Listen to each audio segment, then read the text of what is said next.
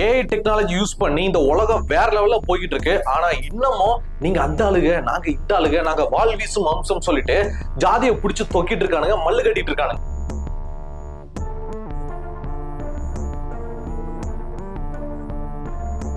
ஏற்கனவே அங்க ரெண்டு ஊர்ல ரெண்டு ஜாதியால கலவரமே போய்கிட்டு இருக்கு. ஆனா ஜாதிகளை மட்டும் வச்சுமே மையமா படம் எடுக்கக்கூடிய ஒரு மிகப்பெரிய டைரக்டர், நாம ஒடுக்கப்பட்டோம், பிதுக்கப்பட்டோம், நசுக்கப்பட்டோம், இது திட்டமிட்டு நடந்த ஒரு ஆணவ அப்படின்னு சொல்லிட்டு அங்க இன்னும் கன்ஃபார்மே ஆகல. அதுக்குள்ள இவர் ஒரு போஸ்டர் போட்டு எரிய நெருப்புல எண்ணெய் ஊத்திட்டு இருக்காரு. அவங்க ரெண்டு பேரையும் காணன்னு சொல்லிட்டு ரெண்டு பெத்தவங்க விடிய விடிய தேடிக்கிட்டு இருக்காங்க. ஆனா போலீஸ்காரங்க அவங்களுடைய நம்பரை ட்ரேஸ் பண்ணி ஒரு இடத்துக்கு போயிட்டு பார்த்தா அந்த பையனுக்கு 19 வயசு ஆகுது, இந்த பொண்ணுக்கு 10 கூட இன்னும் முடியல. அதுக்குள்ளே இவங்க ரெண்டு பேருக்கு என்ன காதல் அப்படி வேண்டி கிடக்குது, உங்களுக்கு எல்லாம் எதுக்குடா காதல் அப்படின்னு சொல்லிட்டு ஊர்ல அங்க பெரிய கலவரமே போயிட்டு இருக்கு.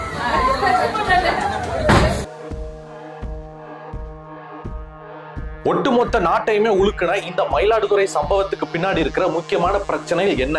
அவங்க ரெண்டு பேருமே வேற வேற சமூகம் சொல்றாங்கல்ல, அவங்க எந்த சமூகம், அது மட்டும் இல்லாம எங்க இருந்து இந்த பிரச்சனை ஆரம்பிச்சது, இப்ப எங்க வந்து முடிஞ்சிருக்கு, ரெண்டு பேரண்ட்ஸோட கோரிக்கைகள் என்ன, இதுக்கப்புறம் இது எப்படி முடிய போகுது அப்படின்ற எல்லாத்தையுமே இந்த செய்தியில நான் உங்களுக்கு சொல்றேன். நீங்க என்ன ஆளுக, நாங்க அந்த ஆளுக, அவங்கள மதிக்க மாட்டோம், இந்த ஆளுகளுக்கு தண்ணியை நாங்க கொடுக்க மாட்டோம் அப்படின்னு சொல்லிட்டு ஜாதியை புடிச்சிட்டு தொங்கிட்டு இருப்பாங்கல்ல, அவங்க எல்லாருக்குமே இந்த செய்தியை ஷேர் பண்ணுங்க. எல்லாருக்குமே இது ரொம்ப ரொம்ப முக்கியமான நியூஸ். இப்ப என்ன பிரச்சனை அப்படின்னா, மயிலாடுதுறை மாவட்டத்துக்கு பக்கத்துல இருக்கிற தரங்கம்பாடி கிராமத்துல புதுப்பாளையம் அப்படின்னு ஒரு சின்ன ஊர் இருக்குதுங்க. அந்த ஊரை சேர்ந்த மாரிமுத்து அப்படின்றவருடைய 19 வயசு பையன் பார்த்திபன், அந்த பையன் தான் இந்த சம்பவத்துல பாதிக்கப்பட்டது கூட. சோ அந்த பையன் +2 முடிச்சதுக்கு அப்புறமா பெருசா படிப்பு வரல, எதுக்கு காலேஜ் போயிட்டு அந்த மாதிரி சொல்லிட்டு கட்டட வேலைக்கு போனதா சொல்றாங்க.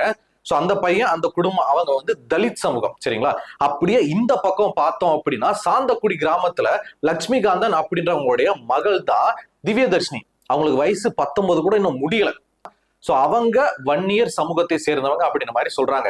சோ இந்த பையனும் இந்த பொண்ணும் அப்படி பக்கத்து கிராமம் ஊர் அப்படிங்கும் போது அங்கிட்டு போயிட்டு வரும்போது ஒருத்தர் பார்த்திருக்காங்க, ரெண்டு பேருக்கும் பிடிச்சிருக்கு, காதல் ஸ்டார்ட் ஆயிருக்கு. சோ இவங்க ரெண்டு பேரோட காதல் விவகாரம் ஊருக்குள்ள அரைங்குறையமா தெரிய வரும்போதே ஒரு சில பேர் என்ன சொல்றாங்கன்னா, எப்பா நீ வந்து கட்டட வேலைக்கு போற, உனக்கு வயசு 19 தான், அந்த பிள்ளை இப்பதான் +2 முடிச்சு காலேஜ் போகுது, அதுக்கு வயசு வெறும் தான், இதெல்லாம் என்னப்பா காதல்னு சொல்லிட்டு நீங்க சுத்திட்டு இருக்கீங்க, உங்களுக்கு அந்த ஏஜே கிடையாது, மெச்சூரிட்டி கிடையாது அப்படி கேட்டதுக்கு, இல்லங்க நாங்க வேற வேற ஜாதியா இருந்தாலும் நாங்க ட்ரூவா லவ் பண்றோம், நாங்க கண்டிப்பா ஒண்ணு சேருவோம் அப்படின்னு சொல்லிட்டு ரெண்டு பேரும் நல்லபடியா கல்யாணத்தை முடிக்கணும் அப்படின்ற மாதிரி விடாப்படியா இருந்திருக்காங்க.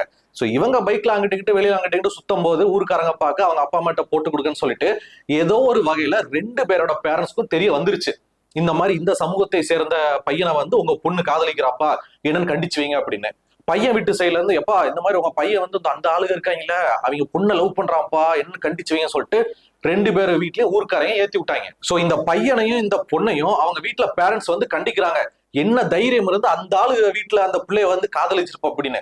அதுவே பொண்ணு வீட்டுல எந்த தைரியம் இருந்து அந்த சாதிக்கார பையனை வந்து நீ லவ் பண்ணுவ, நம்ம சாதி எவ்வளவு பெரிய சாதி தெரியுமா, நம்மளுடைய தலைவரை பத்தி தெரியுமா, வெளில தெரியுமா, மான மரியாதை போயிடுமே அப்படின்னு சொல்லிட்டு ரெண்டு பேர் வீட்டுலயுமே இந்த ஜாதி மீறி ஜாதி கல்யாணம் பண்றதுக்கும் இவங்க காதல் பண்றதுக்கும் பயங்கர எதிர்ப்பு. மோரோவர் இவங்களுக்கு அந்த ஏஜ் கூட இன்னும் கம்ப்ளீட் ஆகல, இன்னும் சின்ன வண்டிகளா தான் சுத்திக்கிட்டு இருக்காங்க போது கூடவே கூடான்னு ஒரு முடிவுல இருந்திருக்காங்க. இது வந்து சில பல மாதங்களாவே இந்த பஞ்சாயத்து போயிருக்கு. இதுக்கு இடையில என்ன இருக்கு அப்படின்னா, இந்த பொண்ணு இருக்காங்களா திவ்யதர்ஷினி, சோ இவங்க வன்னியர் சமூகத்தை சேர்ந்தவங்கன்ற மாதிரி சொல்றாங்க. இவங்க சைட்ல இருந்து பேரண்ட்ஸ் என்ன பண்ணிருக்காங்க அப்படின்னா, அந்த பொண்ணோட அப்பா அம்மா, சொந்தக்காரங்க, சித்தப்பா அப்படின்ற மாதிரி ஒரு 4 பேரு அந்த பையன் இருக்காங்க பாத்தீங்களா, தலித் சமூகத்தை சேர்ந்த அந்த பையனை வந்து திட்டி இருக்கிறாங்க. நீ அந்த ஜாதி பையன், இந்த ஜாதி பையன், உனக்கு ஏன் ஜாதியில பொண்ணு கேக்குதோ, எங்க நாடக காதல் பண்றீங்களான்னு சொல்லிட்டு என்னென்னமோ பேசி திட்டி இருக்கிறாங்க. அந்த பையனை வந்து அடிச்சதாவும் சொல்றாங்க. சோ இந்த பையன் இருக்காரு பாத்தீங்களா பார்த்திபன், அவங்க வீட்டுல உள்ள பெத்தவங்க பெரியவங்க எல்லாமே பொண்ணு வீட்டு சைட்ல இருந்து நம்மளை வந்து அந்த ஜாதி இந்த ஜாதின்னு சொல்லி திட்டுறாங்க, நம்ம பட்டியலின் சமூகத்துல இருந்தா கூட நம்மள வேற மாதிரி ட்ரீட் பண்றாங்க அப்படின்னு சொல்லிட்டு போலீஸ்ல போயிட்டு கம்ப்ளைண்ட் கொடுக்குறாங்க. சார் இந்த மாதிரி என் பையன் வந்து வன்னியர் சமூகத்தை சேர்ந்த ஒரு பொண்ணை வந்து காதலிக்கிறான், இது எங்களுக்குள்ள பஞ்சாயத்தா போய்கிட்டு இருந்துச்சு, ஆனா அந்த பொண்ணு வீட்டுக்காரங்க ஆளுகளை கூட்டிட்டு வந்து எங்க ஜாதியை பத்தி தப்பா சொல்றாங்க சார், தலித் மக்களை தப்பா பேசுறாங்க சொன்ன உடனே போலீஸ்காரங்க வந்து PCR அந்த சட்டத்தின் கீழே வழக்கு பதிவு பண்ணி விசாரணை பண்ணிட்டு வராங்க. அப்படி அந்த விசாரணை 2 நாளா போய்கிட்டு இருக்கு. இந்த 2 நாளா 2 குடும்பத்துக்கும் பஞ்சாயத்து இருந்திருக்கு. 2 நாளைக்கு அப்புறம் தான் வினைய ஆரம்பிச்சிருக்கு. பெரிய பஞ்சாயத்து ஒட்டுமொத்த நாட்டையுமே உழுக்கின சம்பவம் அதுக்கப்புறம் தான் நடந்திருக்கு. சோ நான் ஏற்கனவே சொன்ன மாதிரி போலீஸ்ல கம்ப்ளைண்ட் கொடுத்து அந்த பஞ்சாயத்து போயிட்டு இருக்கு. 2 நாளைக்கு அப்புறமா இந்த திவ்யதர்ஷினி இருக்காங்களா அந்த பொண்ணு, அந்த பொண்ணோட அப்பா வந்து லட்சுமிகாந்தன் வீட்டுல வந்து தூங்கிட்டு தூங்கி எந்திரிச்சு காலங்காலத்துல பார்த்தா பொண்ணை காணோம். என்னடா நம்ம பொண்ணு திவ்ய தரிசனம் இங்கதான் தூங்கிட்டு இருந்தாலும் எங்க காண சொல்லிட்டு சுத்தி முத்தி தேடுறாங்க, பொண்ணை காணவே காணாங்க. அதுக்கப்புறம் அவங்க போலீஸ்ல போயிட்டு கம்ப்ளைண்ட் கொடுக்குறாங்க. சார் இந்த மாதிரி என் பொண்ணை காணோம், ஏற்கனவே என் பொண்ணை வந்து அந்த ஜாதிகார பையன் லவ் பண்றேன்னு சொல்லிட்டு தெரிஞ்சா என் பொண்ணை எங்கேயாச்சும் இழுத்து ஓடி இருக்கலாம், உடனே கேஸ் ஃபைல் பண்ணுங்க, இல்லாட்டி நாங்க பிரச்சனை பண்ணோம்னு சொல்லிட்டு பொண்ணு தரப்புல இருந்து கம்ப்ளைண்ட் கொடுக்க, அப்படியே இந்த பக்கம் எங்க வீட்டு பையனையும் காணோம். அப்ப என் பையன் உங்க வீட்டு பொண்ணை தானே லவ் பண்ணா, அப்ப நீங்க என் பையனை எதனா பண்ணீங்களா, நீங்க பண்ணாலும் பண்ணக்கூடிய ஆளுங்க தான்டா அப்படின்னு சொல்லிட்டு பையன் தரப்புல இருந்து போலீஸ் சைடு கம்ப்ளைண்ட்.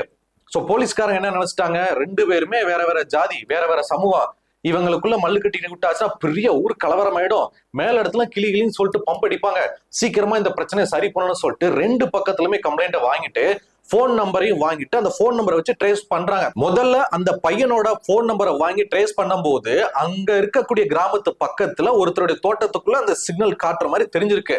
சோ போலீஸ்காரங்களும் அந்த டீம் ஆட்களோட போயிட்டு அந்த தோட்டத்துக்குள்ள போயிட்டு என்னன்னு ஒரு குடிசை பகுதியில இங்கதான்ப்பா காட்டுச்சு எல்லாம் இருக்காங்களா பாருங்க சொல்லிட்டு பார்த்தா அங்க ஒரு குடிசை வீடு இருக்குது. அந்த குடிசை வீட்டுக்குள்ள அந்த திவ்ய தர்ஷினி பொண்ணும் இந்த பார்த்திபன் பையன் இவங்க ரெண்டு பேருமே கைத்துல அப்படி இப்படி மேனிக்கு கிடந்திருக்கிறாங்க. அதை பார்த்தோன்னு எல்லாருக்கும் ஷாக்கு, எல்லாருக்கும் தூக்கி வாரி போடுது. கூட வந்த பெத்தவங்க நெஞ்சில அடிச்சு கதறாங்க, ஐயோ ஐயோ ரெண்டு பிள்ளைகளும் உசுரோட இருக்குமே நினைச்சோமே, இப்படி தொங்கிட்டு இருக்காங்களா அப்படின்னு சொல்லிட்டு. அதுக்கப்புறம் தாங்க அந்த கலவரமே வெடிச்சிருக்கு. இந்த மாதிரி அந்த கீத்து கொட்டைக்குள்ள ரெண்டு பேருடைய உடம்ப பார்த்ததுக்கு அப்புறமா பொண்ணு வீட்டு சைடுல இருந்து என்ன சொல்றாங்க, பையன் வீட்டு தான் காரணம், அந்த தலித் சமூகம் அவங்க தான் என் பொண்ணு அடிச்சு தூக்கில ஏத்தி விட்டாங்க, நான் சும்மா விட மாட்டேன் அப்படி சொல்லிட்டு இவங்க ஒரு பக்கம் பிரச்சனை பண்ண, இந்த பையன் வீட்டு சேர்ந்து ஒரு பக்கம் நீங்க வன்னி குடும்பம், நாங்க வந்து தலித்துன்றதா எங்க பையனை இது பண்ணிட்டீங்க, நீங்க தான்டா காரணம் சொல்லிட்டு ஒருத்தர் மேல ஒருத்தர் மாறி மாறி பழி போட இது பெரிய பிரச்சனையா, பெரிய ஜாதி பிரச்சனை வெடிக்க பார்த்தது. அதுக்கப்புறமா தான் மயிலாடுதுறை டிஎஸ்பி எஸ்பி எல்லாருமே சம்பவ இடத்துக்கு வந்து பெட்ரோல் போட்டு கூட்டத்தெல்லாம் கலைச்சு விட்டு எல்லாத்தையும் கண்ட்ரோல் பண்ணதுக்கு அப்புறமா கீத்துக்கோட்டையில இந்த ரெண்டு பேரோட உடம்ப கைப்பற்றாங்க. அதெல்லாம் நீங்க செய்தி சேனலா பார்த்திருப்பீங்க. அதுக்கப்புறமா எஃப்ஐஆர் ஃபைல் பண்ணி என்ன ஏதுன்னு விசாரணை பண்றாங்க. சோ ரெண்டு தரப்பு மக்களும் ஒருத்தர் ஒருத்தர் மாத்தி மாத்தி குற்றம் சாட்டுறாங்க, ஒருத்தர் ஒருத்தர் மேல கம்ப்ளைண்ட் கொடுக்குறாங்க. சோ போலீஸ்காரங்க விசாரிக்கணும்ல, ஏன்னா இது வந்து பெரிய பிரச்சனையா வெடிக்கும். இப்படியே போச்சுன்னா ஜாதி கலவரமாயி தமிழ்நாட்டை உண்டு இல்லாம பண்ணிடுவாங்க.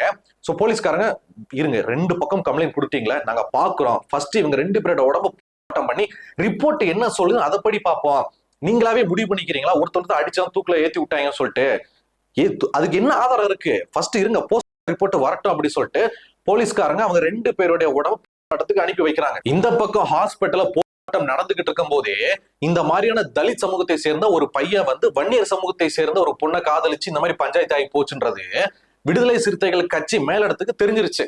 அவர் தலைவர் திருமாவளவன் இருக்காருல, அவருடைய ஆட்கள் அனுப்பி விட்டாங்க, போ நம்ம சமூகம் சார்ந்த ஒரு பையனுக்கு பிரச்சனை ஆகி போச்சு, போராட்டம் பண்ணுங்க, நீதியை வாங்கி கொடுக்கணும்னு சொல்லிட்டு வந்துட்டாங்க. சோ இந்த பட்டியலினத்தை சேர்ந்த மக்களாகட்டும், தலித் சமூகம் அந்த மக்களாகட்டும், அவங்களுக்கு எங்க ஊர்ல பிரச்சனை நடந்தாலுமே முதல்ல குதிக்கிறது விசிக்கு அவங்க கட்சி தான் குதிப்பாங்க. அதுக்கு நிறைய பேர் நிறைய ரீசன் சொல்றாங்க, உள்ளுக்குள்ள போயிட்டு பஞ்சாயத்து பண்ணி காசு வாங்குற பார்ட்டிங்க இவங்க, அப்படிதான் பிரச்சனைக்கா வருவாங்க அப்படின்னு சொல்லிட்டு. அது பத்தி நமக்கு பேசுறதுக்கு எந்த ஒரு உரிமையும் கிடையாது, நமக்கு அதை பத்தி தெரியாது. சோ விசிக கட்சிக்காரங்க இறங்கி போராட்டம் பண்ணிட்டாங்க. தலித் சமூகத்தை சேர்ந்த பையனை வீம்புக்குனே பண்ணிட்டாங்க, இது சாதி ஆனவங்களுக்கு நீதி கிடைச்சி ஆகணும் அப்படின்னு சொல்லிட்டு இறங்கி ரோட்ல இறங்கி போராடுறாங்க. இந்த மாதிரி ஜாதி கலவரம் தான் நடந்திருக்கு அப்படின்னு சொல்லிட்டு இந்த ஜாதியை மட்டுமே மையமா வச்சு படம் எடுத்து நாங்க ஒடுக்கப்பட்டோம், பிதுக்கப்பட்டோம், நசுக்கப்பட்டோம் சொல்லிட்டு ஒரு டைரக்டர் தூக்கிட்டு வருவார்ல, அந்த டைரக்டர் இங்க என்ன சம்பவம் நடந்துச்சு, யாரு காரணம், ஃபைனல் ரிப்போர்ட் என்ன சொல்றாங்க, போஸ்ட்மார்ட்டம் ரிப்போர்ட் என்ன சொல்றாங்க, இது எதுவுமே தெரியாம ஒரு போஸ்டர் போட்டாரு. எங்க ஆளுகளுக்கு தான் இந்த மாதிரியான கொடுமையா நடக்குது, போலீஸ்காரன் நீங்க என்ன பண்றீங்க அப்படி சொல்லிட்டு அவர் ஒரு பெரிய போஸ்டர் போட, அதுக்கப்புறமா தான் போஸ்ட்மார்ட்டம் ரிப்போர்ட்டே வந்திருக்கு. யாரும் இவங்களை அடிச்சு ஏத்தி விடல, இவங்க ரெண்டு பேருமே பண்ணிருக்காங்க அப்படின்னு போஸ்ட்மார்ட்டம் சொல்லிட்டாங்க. இப்ப காவல்துறை தரப்புல இருந்தும் மருத்துவர்கள் தரப்புல இருந்து என்ன சொல்றாங்க அப்படின்னா, இந்த மாதிரி ஜாதிய காரணம் காட்டி ரெண்டு பேரும் அடிச்சு ஏத்தி விட்டுருக்காங்க அப்படின்னா உடம்புல வந்து அடிச்சதுக்கான தடயங்கள் இருந்திருக்கும், கையை பிடிச்சிருக்கிறது, முடிய பிடிச்சிருக்கு, எதனா ஒரு சிம்டம்ஸ் அந்த தடையிடம் எதனா கரையதான் இருக்கும்ல. ஆனா எதுவுமே இல்ல, அவங்க உடம்பு நீட்டா இருக்குது, இங்க மட்டும்தான் மார்க் ஆயிருக்கு. சோ இது இவங்க ரெண்டு பேருமே விருப்பப்பட்டு எடுத்த ஒரு முடிவு. ஏன்னா ரெண்டு பக்கமும் ஜாதிய காரணம் காட்டி அடிச்சுக்கிறானுவ, இவங்க மத்தியில இருந்தா கல்யாணம் குழந்தை குட்டியும் வாழ முடியாது, போய் சேர்ந்துலாம் தாயி அடுத்த ஜென்மத்துல பாத்துக்கலாம் அப்படின்னு சொல்லிட்டு இவங்க ரெண்டு பேருக்குமே முடிவெடுக்க முடியாத, மெச்சூரிட்டியே இல்லாத ஒரு இம்மெச்சூரிட்டி ஏஜ்ல தான் இவங்க லவ்ன்றதே ஸ்டார்ட் பண்ணிருக்காங்க. 19 இந்த பக்கம் 10, அது என்ன வயசு சொல்லுங்க, போராடுற வயசா, ஒண்ணுமே கிடையாது, அவங்களுக்கு ஒண்ணும் தெரியல, சரி போயிடலாம் அப்படின்னு சொல்லிட்டு இம்மெச்சூரிட்டி தனமா சின்ன பள்ளத்தனமா இந்த முடிவு எடுத்திருக்கிறாங்க. இது மத்தபடி யாரும் அடிச்சலாம் தொங்க விடல. சோ அதனால கலைஞ்சு போங்க அப்படின்னு சொல்லிட்டு அந்த ரிப்போர்ட்டை வச்சுட்டு போலீஸ்காரங்க சொல்றாங்க. ஆனா ரெண்டு தரப்பு ஜாதிக்காரங்களும் என்ன சொல்றாங்க அப்படின்னா, இல்ல நாங்க எல்லாம் ஒத்துக்க முடியாது, நீங்க எப்படி வேணாலும் மாத்துவீங்க, அரசாங்கத்துக்கு ஏத்த மாதிரி மாத்துவீங்க, அவங்க ஏற்கனவே பிரச்சனை பண்றவங்க, பஞ்சாயத்து உள்ளவங்க, அந்த சாதிக்காரங்களை அப்படித்தான் பண்ணுவாங்க, எங்க பொண்ணு அவங்க தான் பண்ணாங்க அப்படி சொல்லிட்டு இங்க சொல்ல, இவங்க பக்கம் என்ன அப்படின்னா, தலித்துனாலே இவங்களுக்கு பிடிக்காதுங்க, இவங்க இந்த மாதிரிதான் பண்றாங்க, இவங்க தான் என் பையனை தூக்கிட்டு இது பண்ணிருக்காங்க, ஆணவ அப்படின்னு சொல்லிட்டு திரும்பவும் மாத்தி பிரச்சனை தான் போய்கிட்டு இருக்கு. ஆனா அதுக்கப்புறமா தான் ஏற்கனவே இந்த பையன் சைட்ல இருந்து ஒரு கம்ப்ளைண்ட் கொடுத்தாங்களே, பொண்ணோட வீட்டுல இருக்க அப்பா சித்தப்பா அவங்க எல்லாம் வந்து பையன் ஜாதியை தப்பா சொன்னாங்கன்னு சொல்லிட்டு அந்த கம்ப்ளைண்ட்டை எடுத்துட்டு இந்த பொண்ணு வீட்டு சைட்ல இருந்து ஒரு 4 பேரை வந்து அரெஸ்ட் பண்ணிட்டாங்க.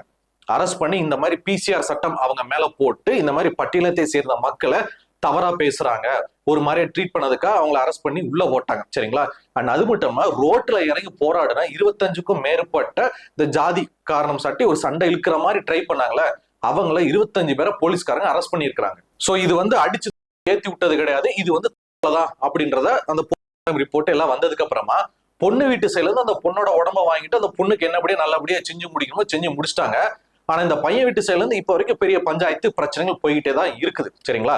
இந்த விடுதலை சிறுத்தை கட்சி இருக்காங்கல்ல, அவங்க ஃபர்ஸ்ட் உள்ள வந்து பஞ்சாயத்து பண்ணி பிரச்சனை பண்ணி இந்த மாதிரி நியாயம் வேணும் போராடுனாங்க. போஸ்ட் ரிப்போர்ட் எல்லாம் வந்துருச்சு, இது வந்து அப்படிங்கிற மாதிரி சொல்லி போலீஸ்காரன் ஆஃப் பண்ணிட்டாங்கல்ல. இவங்களுக்கு அடுத்து என்ன பண்ண தெரியல, என்னடா அப்படி டக்குன்னு முடிச்சிட்டாங்க, தலைவர் போன் அடி அப்படின்னு சொல்லிட்டு. சோ நீங்க போட்டோல பாக்குற வீடியோல பாக்குற இந்த நபர் வந்து திருமாவளவனுக்கு சென்னைக்கு போன் அடிக்கிறாரு. போன் அடிச்சு, தலைவரை நம்ம பெருசா பண்ணலான்னு வந்தோம், ஆனா போலீஸ்காரங்க இந்த ரிப்போர்ட் எல்லாம் கொடுத்துட்டாங்க, இவங்க 2 பேரும் விருப்பப்பட்டு தான் தொங்கி இருக்காங்கன்ற மாதிரி தான் ரிப்போர்ட் சொல்லுது, அடுத்து என்ன பண்ணலாம் சொல்லுங்க பயலுக்கு கேட்கிறாங்க போது திருமாவளவன் சொல்றாரு, இந்த மாதிரி பையனுக்கு பண்ணாங்கல்ல, அது வந்து நம்ம ஆளுக ஒருத்தங்க பக்கத்துல இருந்து பண்ணணும், அந்த ரிப்போர்ட் நம்மளுடைய நாலேஜுக்கு வரணும், அதுக்கப்புறமா பையனோட உடம்பையும் அடக்கம் பண்ணிருங்க அப்படின்ற மாதிரி தலைவர் மேல இருந்து உத்தரவு கொடுக்க, இவர் வந்து சரி தலைவரை சரி மேற்கொண்டு அடுத்தடுத்து பண்ணுவோம்னு சொல்லிட்டு கூடவே இருந்து பையனுக்கான அந்த போஸ்ட்மார்ட்டம் ரிப்போர்ட் எல்லாம் வாங்கி அது என்ன செக் பண்ணி சரி 2 பேருமே நல்லபடியா அவங்க ஏதோ தவறான முடிவெடுத்து போய் சேர்ந்துட்டாங்க. அப்படின்றதுக்கு அப்புறமா இந்த பையனோட குடும்பம் காம்ப்ரமைஸ் ஆயிட்டாங்க. அந்த பையனோட உடம்புக்கு இறுதி அஞ்சலி செலுத்தும் போது ஒட்டுமொத்த விசிகா குழுவினர் அங்க வந்து வீர வணக்கம் இந்த மாதிரி பார்த்திபனுக்கு வீர வணக்கம் அப்படி சொல்லிட்டு வீர வணக்கம் முழங்கிட்டு போயிருக்கிறாங்க. எனக்கு என்ன டவுட்னா, இந்த விசிகா அவங்கள பொறுத்த வரைக்கும் மத்த ஊருக்குள்ள நடக்கிற எந்த பிரச்சனைக்கும் வரமாட்டாங்க. பட் அவங்க ஜாதி சார்ந்த சமூகம் சார்ந்த சில பிரச்சனைகளுக்கு வந்து அந்த பையன் யாருனே உங்களுக்கு தெரியாது, வீர வணக்கம் போட்டு சொல்லிக்கிட்டு இருக்காங்க. சோ இதுக்கு முன்னாடி நடந்த திருநெல்வேலியில அந்த கவின் அவனோட ஆணவ படுகொலை அப்பயும் இந்த விசிகா காரங்க தான் உள்ள வந்து எல்லா விஷயங்களும் பண்ணாங்க, அவங்களுக்கு நீதி கிடைக்கணும், இந்த மாதிரி உயிரிழந்த ஒருத்தவங்களோட குடும்பத்துக்கு அவங்களுக்கு அரசு வேலை வழங்கணும்னு சொல்லிட்டு போராட்டம் பண்ணாங்க. அதே மாதிரி இந்த மயிலாடுதுறையில இந்த பிரச்சனையும் அந்த பார்த்திபன் குடும்பத்துக்கு இவங்க சார்ந்து வந்து போராட்டம் பண்ணி அரசு வேலை வழங்கணும் அப்படின்னு சொல்லிட்டு நிறைய கோரிக்கைகளை முன் வச்சாங்க. இதை பார்த்துட்டு மேக்சிமம் பொதுமக்கள் என்ன சொல்றாங்க அப்படின்னா, இந்த விசிக கட்சி அவங்களுக்கு வேற வேலையே கிடையாது, அவங்களுக்கு ஊருக்குள்ள எவ்வளவு நல்ல விஷயங்கள் இருக்கும் அதெல்லாம் பண்ண மாட்டாங்க, அவங்க ஜாதி சார்ந்து சமூகம் சார்ந்து ஏன்னா ஒரு பஞ்சாயத்துல அவங்க உள்ள போயிடுவாங்க, உள்ள போயிட்டு நாங்க தான் எங்க ஜாதிக்கு நாங்க தான் காவலர்கள் அப்படின்ற மாதிரி சொல்லி இந்த பிரச்சனையை உண்டு பண்ணி காசு அடிக்கிறதுலயே அவங்க குறியா இருக்கிறாங்க. அப்பா விசிகா காரங்களுக்கு காசு அடிக்கிறதா குறிக்கோளா இருக்கிறாங்க, அவங்க காசு அடிக்கிற பார்ட்டி அப்படின்னு சொல்லிட்டு நிறைய மக்கள் நிறைய செய்தி சேனல்ல கீழே கமெண்ட்ல போட்டுட்டு வர்றாங்க, ஊருக்குள்ள சொல்லிக்கிட்டு வர்றாங்க. சோ 2 சமூகம் சார்ந்த மக்களுக்கு நடுவுல பெரிய ஜாதி கலவரம் வந்துடக்கூடாது அப்படின்றதுக்காக 200க்கும் மேற்பட்ட போலீஸ்காரங்க அங்க இன்னமும் குவிக்கப்பட்டிருக்காங்க. மயிலாடுதுறை அந்த புதுப்பாளையம் அதை சுத்தி போலீஸ்காரங்கள தான் சுத்திக்கிட்டு இருக்காங்க. ஏன்னா எப்ப வேணாலும் என்ன பிரச்சனாலும் வெடிக்கலாம் அப்படின்றதுக்காக. சோ ஒரு பக்கம் என்ன சொல்றாங்கன்னா, இல்ல அவங்களுக்கு வந்து சின்ன வயசுங்க, அவங்களுக்கு வந்து வாழ்க்கையை முடிவெடுக்க தெரியாத வயசு, எல்லாத்தையும் சீக்கிரமா பாத்துறணும், சீக்கிரமா கல்யாணம் முடிக்கணும், சீக்கிரமா குழந்தை குட்டியை ஃபர்ஸ்ட் நைட் எல்லாம் பண்ணணும் அப்படின்ற ஒரு இம்மெச்சூர் ஏஜ். அதுல அவங்களால டேக்கிள் பண்ண முடியல, அந்த ஜாதி பிரச்சனைகளை மீறி சமாளிச்சு அவங்களால கல்யாணம் பண்றதுக்கு அவங்களுக்கு வக்கில்ல, சின்ன பிள்ளைத்தனமா முடிவு எடுத்து உடனே தொங்கிட்டாங்க, இது வந்து தாங்க அப்படின்ற மாதிரி ஒரு மக்கள் சொல்றாங்க. இன்னொரு மக்கள் என்ன சொல்றாங்க அப்படின்னா, எப்பா அந்த 2 பிள்ளைங்க என்னப்பா பண்ணுச்சு, இவங்கதான் இப்போ ஏதோ பண்ணிருக்காங்க, இவங்க ஜாதி மேல பழிய தூக்கி போட, இந்த ஜாதி இவங்க மேல பழிய தூக்கி போடன்னு சொல்லிட்டு இவங்க 2 பேர் குரூப்ல இருக்கிற எவனோதான் 2 பேரையும் சேர்த்து முடிச்சு விட்டு தூக்கி விட்டுருக்காங்க, மத்தபடி அந்த 2 சின்னஞ்சிறுசும் அவங்களா போயிட்டு தூக்கில ஏற அளவுக்கு வாய்ப்பு இல்ல, இவங்கதான் அடிச்சு தொங்க போட்டிருக்கேன் அப்படின்னு சொல்லிட்டு இன்னொரு தரப்பு மக்கள் சொல்றாங்க. சோ எது உண்மை எது பொய்ன்றது தெரியல, அது கடவுளுக்கு அந்த 2 பேருக்கு மட்டும் தான் தெரியும். நீங்க சொல்லுங்க, இந்த மயிலாடுதுறை இந்த 2 ஜாதிக்கு நடுவுல இருக்கக்கூடிய இந்த காதல் பிரச்சனை போச்சு பாத்தீங்களா, இதுல அந்த 2 பேரும் அவங்களே பண்ணிக்கிட்டாங்களா இல்ல வந்து அவங்க குடும்பத்தாலதான் அடிச்சு ஏத்தி விட்டுருப்பாங்க நீங்க நினைக்கிறீங்களா அப்படின்றத பாலாவை என் கூட சேர்ந்து கீழே கமெண்ட்ல தெரியப்படுத்துங்க.